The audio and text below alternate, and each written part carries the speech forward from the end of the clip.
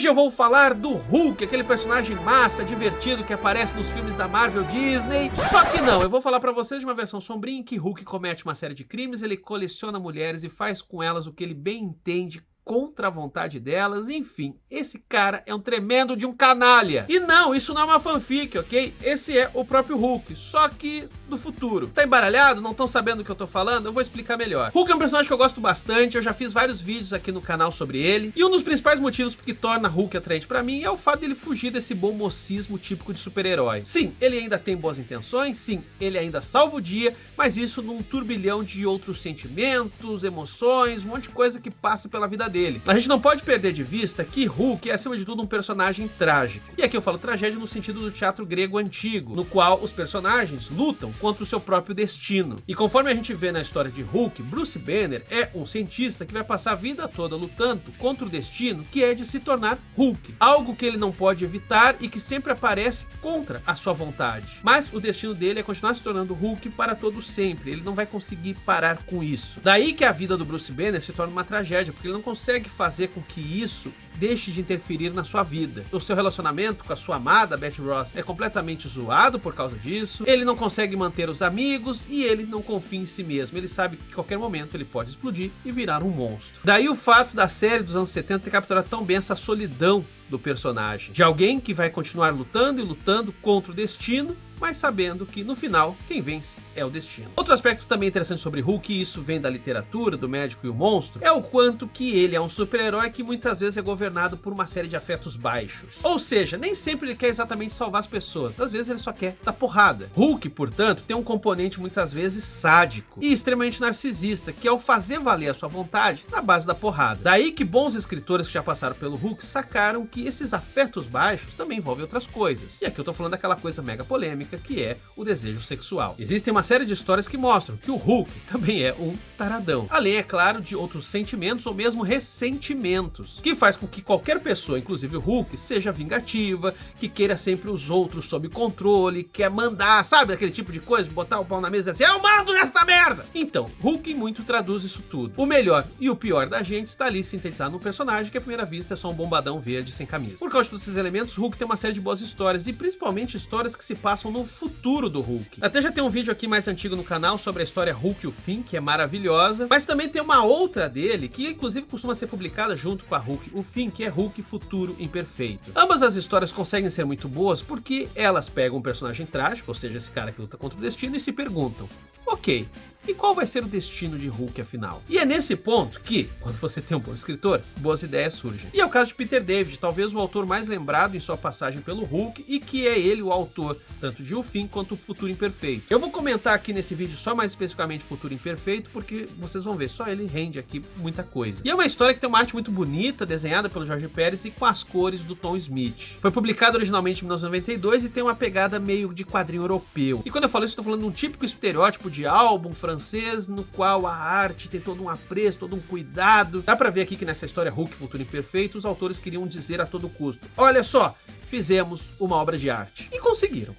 Mas afinal, sobre o que é Futuro Imperfeito? Bom, basicamente é uma história que se passa mais ou menos 100 anos no futuro, e que basicamente a humanidade foi dizimada, sobrou apenas uma cidadezinha lá, meio medieval, meio high-tech, que por sua vez é governada por um déspota, que se chama Maestro. Olha só a cara do sujeito. Quem é exatamente esse Maestro? Eu acho que não precisa pensar muito, né? Daí que o interessante nessa história não é descobrir quem é Maestro, e sim por quê. Por que ele virou isso? Por que o Hulk se tornou um monstro? Pera lá, mas o Hulk já não era um monstro? Eu vou esclarecer tudo isso, vou comentar aqui a história Futuro Imperfeito, falar de uma série de detalhes que nos ajudam a entender muito do personagem Hulk, do efeito que ele tem em nós, e obviamente passar um trabalhão imenso para como falar de assuntos que são bem pesadões aqui e que o YouTube não vai encrencar. Por isso é muito importante que você curta o vídeo se estiver curtindo, se inscreva caso seja novo por aqui e compartilhe. Esse canal só consegue tocar assuntos delicados, aliás, isso é sério, o YouTube volta e meia monetiza meus vídeos de Hulk, o YouTube odeia. Eu só consigo peitar isso porque o canal tem apoiadores. seja você também um apoiador. Tem recompensas bem legais como lives aqui comigo, grupo de estudo, grupo no Telegram, sorteio de gibi e conteúdo exclusivo. Eu vou deixar o link do nosso apoio na descrição do vídeo no primeiro comentário fixado. E cogite ser membro aqui do YouTube por R$ 6,90 ao mês e ter acesso a vídeos exclusivos. Mas vambora, vamos lá. Primeiro só situando, esse quadrinho saiu em 1992, é uma minissérie, saiu em 2 partes, e naquela época tava rolando a fase do Hulk e Dr. Banner, ou seja, o Hulk conseguia ser inteligente,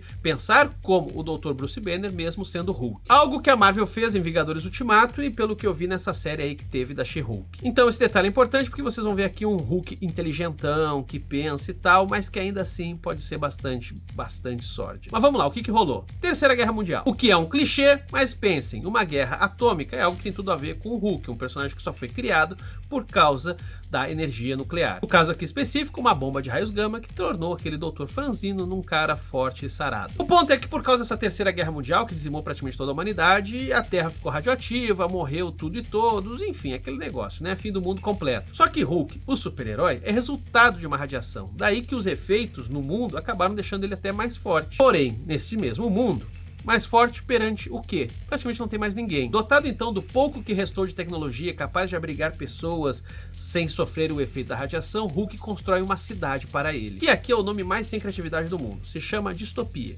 com Y. Distopia. E os sobreviventes que estavam no subsolo vão para essa cidade e Hulk se torna o soberano. Ele acaba ganhando o nome de maestro, porque afinal de contas é ele que rege essa população. Só que esse Hulk, ele foi um cara que perdeu completamente as esperanças na humanidade. Ao ver todos os super-heróis que eram seus amigos morrendo, Capitão América, Homem de Ferro, Thor, etc. Ele foi ficando cada vez mais desgostoso, pensando o seguinte: caramba, né? A gente tá aqui enfrentando uma série de vilões, mas no final das contas vocês se matam a troco de nada. Outro fator que começa a pegar pro Hulk é o seguinte: poxa, vocês sempre me trataram como um monstro, sempre tiveram medo de mim, mas os monstros são vocês. Daí que o maestro, basicamente, é esse Hulk que vai cada vez mais se deixando governar pelo ressentimento. Do quanto que a humanidade sempre foi ingrata com ele e, ao mesmo tempo, o quanto que a humanidade não é capaz de fazer absolutamente nada direito consigo mesma. Daí que ele percebe: pô, eu sou mais forte, o que eu quero eu consigo.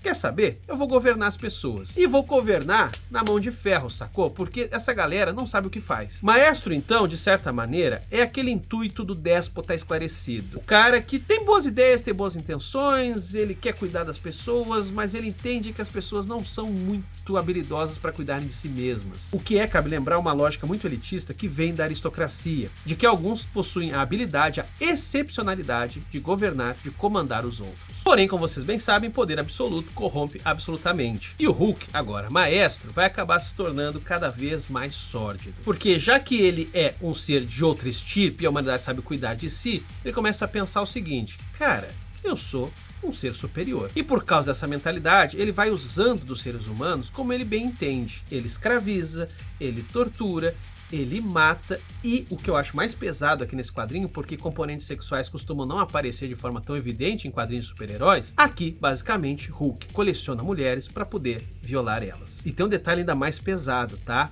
Ele gosta de meninas novas. E quando falam novas, o quadrinho é sutil, mas vocês estão me entendendo onde esse papo pesado tá chegando. Sim, a gente tá no limiar de uma história do incrível Pedro Hulk. Enquanto soberano de Distopia, Maestro construiu uma típica cidadezinha medieval, na qual ele fica no Castelo Esmeralda e de lá ele manda, faz e acontece. Contudo, existe resistência, existem pessoas morando no subsolo que estão tentando dar um golpe. Só que elas sabem, caramba, né?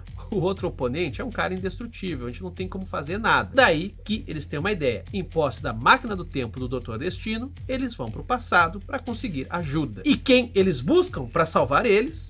O Hulk. Sim, eles vão no passado para pegar o Hulk novinho, para o Hulk novinho enfrentar o Hulk velho que se tornou o maestro. Você deve estar pensando: caramba, se eles têm um Hulk do futuro que tá dando merda, por que eles vão chamar um outro Hulk? Podiam ter pego qualquer outro super-herói, podiam ter chamado Thor, sei lá, o Thor ia ser mais útil nesse caso. Só que aqui tem um detalhe muito importante, vocês vão entender o peso simbólico disso. O líder dessa resistência é um homem muito velho, que a gente ainda não sacou bem direito quem é, mas é ele que diz: chamem o Hulk. Daí a galera viaja no tempo, eles não têm muita energia, então é uma viagem só, eles não conseguem ficar chamando vários super-heróis, então eles têm que escolher de forma certeira, e de forma certeira eles trazem o Hulk. E o Hulk, diante daquilo tudo, não sabendo o que tá rolando, é apresentado diante desse velho e ele percebe que o vovô é o Rick Jones. Caso você não saiba, Rick Jones é aquele jovem que o Bruce Banner salvou quando eles estavam num campo de teste, e por causa desse gesto do Bruce Banner ter salvado o Rick Jones que ele foi acertado, que ele foi atingido pelos raios gama e se tornou o Hulk. Esse detalhe aqui biográfico do personagem parece algo aqui que eu só tô trazendo assim só para complementar, mas reparem, tem algo aí fundamental. Rick Jones é um cara que só está vivo porque o Bruce Banner foi altruísta, resolveu sacrificar a sua própria vida pelo bem de um desconhecido. E, cabe lembrar, Rick Jones acabou se tornando amigo do Hulk ao longo da sua vida. Ou seja, o Bruce Banner barra Hulk se tornou amigo do cara que fudeu com a vida dele. Ele podia ter muito bem acalentado um ressentimento monstruoso, do tipo, meu, você destruiu a minha vida porque você é um pivete de bosta que entrou num campo de teste dizendo que não podia. Só que ao contrário de um profundo ódio, Bruce Banner acabou acolhendo Rick Jones e ele virou uma espécie de sidekick do Hulk. Não tanto quanto um Robin do Batman, mas lembra muito o Jimmy Olsen em relação ao Superman. Ou seja, Rick Jones, em grande parte, é aquele cara que serve para demarcar o quanto que o Hulk é bom. Mesmo quando ele tá piradão de raiva, ainda assim os seus princípios são muito humanos. Ele sempre está pensando no próximo. Ele não quer, no final das contas, que as pessoas sofram. Ele não quer dor. Por isso, o preso simbólico aqui em Futuro Imperfeito, quando a gente tem de um lado um Hulk velho, que se tornou extremamente cruel, e do outro lado, Rick Jones, agora coroa, que foi a centelha de bondade que havia no Hulk. Inclusive, uma personagem fundamental aqui na história é a bisneta do Rick Jones, que se chama Janice, em referência a Janis Joplin. Então vocês entenderam, né? Por que eles chamaram o Hulk? Porque o Rick Jones acredita no Hulk. Sim, ele virou um babaca, um maestro, mas ele ainda acredita naquele Hulk lá de trás. E em partes o que Rick Jones está querendo é tentar salvar o Hulk, amigo dele do passado, para que não se torne esse monstro que ele virou hoje. Notem, portanto, quanto que Futuro Imperfeito é uma história sobre amizade. E que também cutuca um assunto um tanto indelicado, espinhoso, que sempre atravessou os quadrinhos de super-herói. Algo que inclusive a série The Boys explicita. Do que eu estou falando? De racismo. Ou talvez, para ser mais específico, eu não estou falando bem de raça, mas sim de casta, embora os efeitos práticos sejam os mesmos. O fato dos super-heróis serem tão habilidosos, tão poderosos, serem tão diferentes dos seres humanos, isso pode fazer com que eles comecem a se imaginar uma outra raça. Mais especificamente ainda, uma raça superior. Por isso que eu comentei The Boys, porque ali fica explícito o quanto que essa ideia de raça superior, super-heróica, acaba se associando com o nazismo. E aqui não é diferente. Maestro entende que ele é um ser superior. Humanos são fracos, humanos são tolos e bem, eu sou forte e eu sei o que eu tô fazendo. Daí que usar as pessoas por objetivos racionais ou simplesmente por prazer sexual, bem, tanto faz como tanto fez. São seres de segunda mesmo. E é com isso que Hulk agora no futuro vai ter que se deparar. Aliás, vamos falar do Hulk mesmo, esse do passado que foi parar aí no futuro e viu que tem uma versão dele má e tal. A história aqui é boa pra mostrar que ele fica balançado mesmo por tudo que ele tá vendo. Ou seja, o germe do maestro tá presente no Hulk lá de trás. No primeiro momento ele se indigna, ele fala, nossa, como é que eu virei esse monstro e tal. Só que depois ele vai percebendo que, tem uns negócios aqui que são interessantes. O quadrinho dá umas pistas legais. Antes mesmo do Hulk saber que nesse futuro quem comanda tudo é uma versão dele mesmo, ele começa a dizer o quanto que é bacana estar num lugar onde as pessoas não só o temem, mas também o respeitam. E lógico, isso está acontecendo porque as pessoas na cidade estão vendo ele e estão achando que é o maestro. É aí que o Hulk começa a gostar dessa sensação, porque ele pensa, caramba, sempre tiveram medo de mim, só que agora eles estão me reverenciando, estão se curvando, estão dizendo, ó, meu mestre, meu lindo, gostosão. Outro detalhe também relevante é o quanto que o Hulk aqui, ele tá muito desconfiado desse grupo aí de rebeldes que estão pedindo ajuda dele. Inclusive tem uma fala muito dura, ele diz assim, olha, ok, eu vim aqui pro futuro, eu escutei a versão de vocês, mas vocês vão ter que me dar provas, senão eu vou destruir tudo. E dá pra ver que ele tem prazer em dizer isso. Ó, é o seguinte, ou vocês me agradam, ou vocês me convencem, ou eu vou botar pra fuder. Então notem, tudo isso aí que é tão típico do maestro já tá presente no Hulk. E repito, tudo isso tá acontecendo sem o Hulk ainda saber que o vilão é ele mesmo. Como você já deve imaginar, vai acontecer um embate, Hulk vai encontrar maestro, os dois vão saber quem é um, quem é outro, e aí vai começar uma série de lutas, de embates físicos, mas acima de tudo de embates psicológicos. O Hulk vai ameaçar o maestro dizendo que vai se matar, impedindo que o maestro exista no futuro. Já o maestro, por sua vez, dá uma arma na mão do Hulk e diz, pode mandar ver. Segundo o maestro, o Hulk, por ter viajado no tempo, já construiu uma linha alternativa, então se ele se matar, não afeta o próprio maestro. Já Hulk rebate, você está tentando me enganar, porque talvez você se lembre disso, se lembre que eu não dei o tiro e por isso que você está sustentando esse blefe. Esse jogo, que envolve paradoxos de viagem no tempo, é muito bom. Porém, o principal jogo psicológico aqui é a maneira como o maestro faz de mostrar pro Hulk que esse mundo cruel que ele criou faz sentido. Primeiro começa com a tortura que o maestro faz ao Hulk, que é muito escrota. Ele pega uma escrava escrava sexual, que é igual a Betty Ross, e daí ele deixa o Hulk travadaço ali, preso numa cama, impossibilitado de se mexer, e permite que a mulher faça o que bem entender com ele. Hulk não quer, porque aquela situação toda é nojenta, aquela mulher é muito igual a Betty, ele pergunta qual é o nome dela, ela responde Betty, ele fala, não, você não é a Betty Ross, não vem com essa, só que ela tá ali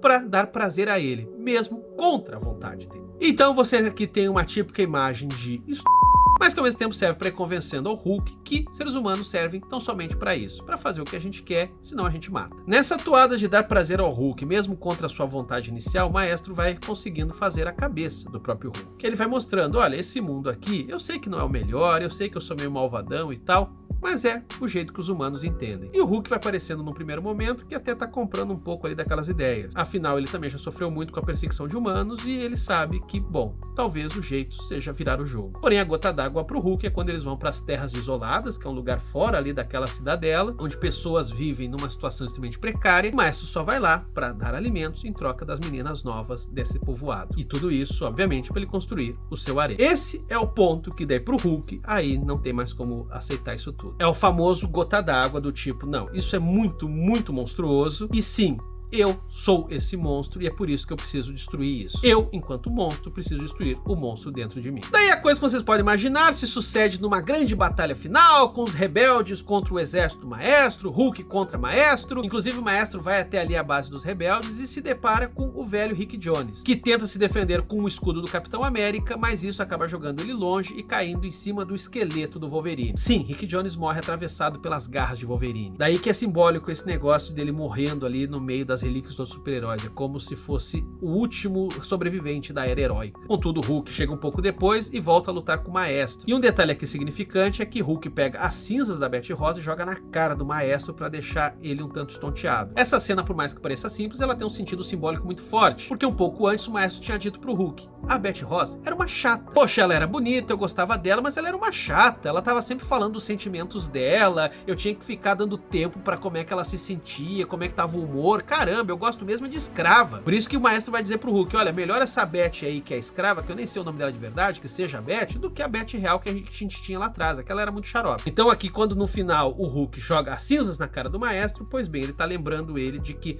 essa Betty aqui, ela é o que me salva de me tornar você. Mas não para por aí, porque o Maestro é muito inteligente, o Maestro é um Hulk mais velho e mais carregado de radiação, ou seja, ele é mais forte, o Hulk não vai conseguir vencer ele no braço. Daí que o truque final, que aqui é chamado inclusive de plano C, tá no fato do Hulk botar o Maestro num lugar muito específico e ali apertar um botão que se revela a plataforma da máquina do tempo. Sim, o que Hulk fez foi atrair Maestro, sem que ele soubesse, até o lugar onde poderia jogar ele para qualquer outro tempo na história. E aí você deve estar se perguntando, para onde é que o Hulk mandou o Maestro? Algo que o próprio Maestro pergunta, porque ele vê que ele tá num deserto e ele fala, bom, tanto faz, se me mandaram pro passado, eu governo, se me mandaram pro futuro, eu também dou um jeito. Só que o Maestro vê ao longe um guri num carro e vindo um cientista atrás desse garoto. O Maestro fica dizendo, pera, isso tá familiar, até que ele se dá conta. Caramba, é o Rick Jones e o Bruce Banner. Sim, o Hulk mandou o Maestro exatamente pro momento onde o Hulk surgiu. O Maestro então se assusta com essa situação, olha para trás e percebe que está ao lado de uma ogiva nuclear, que, segundo aqui o que a história estabeleceu, é a única coisa capaz de desintegrar o Hulk por completo. Daí, a história se repete. Bruce Banner salva Rick Jones, é atingido pelos raios gama, só que agora Maestro, que tá do lado da bomba, também é atingido e se desintegra. Eu acho essa cena do cacete por várias coisas. Uma, porque aqui tem a brincadeira de alfa e ômega do personagem. Onde ele surgiu, ele também morreu. Maestro é testemunha da origem do Hulk e do seu próprio fim. Porém, tem outro fator aqui que eu gosto muito, que tem a ver de novo com a figura do Rick Jones. Ou seja, o castigo do Maestro diante da sua morte é ver tudo aquilo que ele perdeu. A sua capacidade de ser bom para os outros, de poupar a vida dos outros e pensar nos outros antes de si mesmo. De certa maneira, o que a história está querendo dizer é que o Hulk, que perde a sua humanidade, que perde a sua capacidade de ser bom com os outros, ele não é mais o Hulk, ele não tem mais existência, ele chegou ao seu fim. Por tudo isso, então, Futuro Imperfeito é um grande quadrinho. É lembrada como um grande clássico do Hulk, mas nem sempre rende um debate bacana. Inclusive aqui, para eu poder falar algumas datinhas ou nomes que eu havia esquecido, eu fui na Wikipédia. E olha que interessante, não tem verbete sobre Hulk Futuro Imperfeito. Doido, né? Um grande clássico que nem verbete tem. Caso vocês tenham gostado dessa história e resolvam comprar ela, vão numa loja de quadrinhos. Mas se forem pedir na Amazon, pede aqui no nosso link que nos ajuda bastante. Inclusive tem um erro ali falando Futuro Imperfeito número 1, não é número 1, é Futuro Imperfeito ponto e tal, sei lá por que tá assim. É uma história curtinha, bacana e que também vem junto de Hulk Hulk, o Fim, que é outra maravilhosa. Peço também que vocês sugiram outras histórias do Hulk. Eu sei que o pessoal tá me pedindo muito que eu fale aqui de Imortal Hulk. E também tem um vídeo que eu já fiz aqui que eu gosto muito, que é sobre a relação do Hulk com o abuso, que é um vídeo que encrencou aqui com o YouTube, então eu não consigo receber dinheiro por ele, e por causa disso ele acabou sendo menos visto, mas eu recomendo muito esse vídeo. Ajuda bastante a entender a complexidade do personagem. Mas isso aí, surgiram outras histórias do Hulk, outros super-heróis que tenham aí questões extremamente complexas e delicadas que pouca gente percebe. Adoro pegar esses personagens que ninguém nunca parou pra pensar e dizer, olha só, vocês já notaram que tem isso e aquele outro? Apenas surgiram! E nos sigam nas nossas outras redes sociais, TikTok, Twitter e Instagram. Obrigado por assistir. Valeu, pessoal.